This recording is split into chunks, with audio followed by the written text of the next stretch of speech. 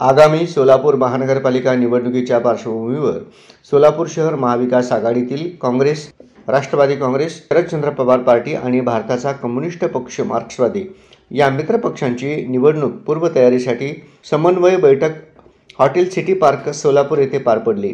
बैठकीस माजी आमदार आडम मास्तर, माजी आमदार प्रकाश एलगुलवार, काँग्रेसचे अध्यक्ष चेतन नरोटे, राष्ट्रवादी काँग्रेस शरद पवार पार्टीचे अध्यक्ष महेश गादेकर, माजी महापौर संजय हेमगड्डी, माजी महापौर UN बेरिया, शंकर पाटील, भारत जाधव, अशोक निंबर्गीसर, MH शेख, CPM जिल्हा सचिव युसुफ शेख मेजर, माजी नगरसेवक व्यंकटेश कोंगारी, नलिनीताई कलबुर्गी यांच्यासह तीनही पक्षांचे महत्त्वाचे पदाधिकारी उपस्थित होते।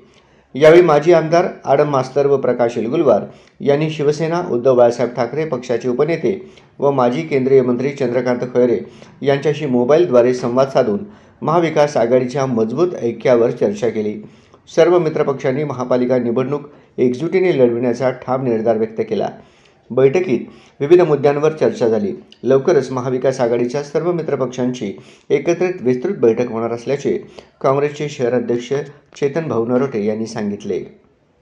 महानगरपालिकेच्या येणाऱ्या इलेक्शनसाठी आज राष्ट्रवादीचे पवारसाहेबांच्या गटाचे प्रमुख महेश गादेकर साहेब व कम्युनिस्टचे प्रमुख माजी आमदार आडम साहेब व आमच्याकडनं प्रकाश एलगुलवार माजी आमदार असे प्रमुख 5-5 लोक आम्ही या ठिकाणी आज बैठकीमध्ये बसलो होतो।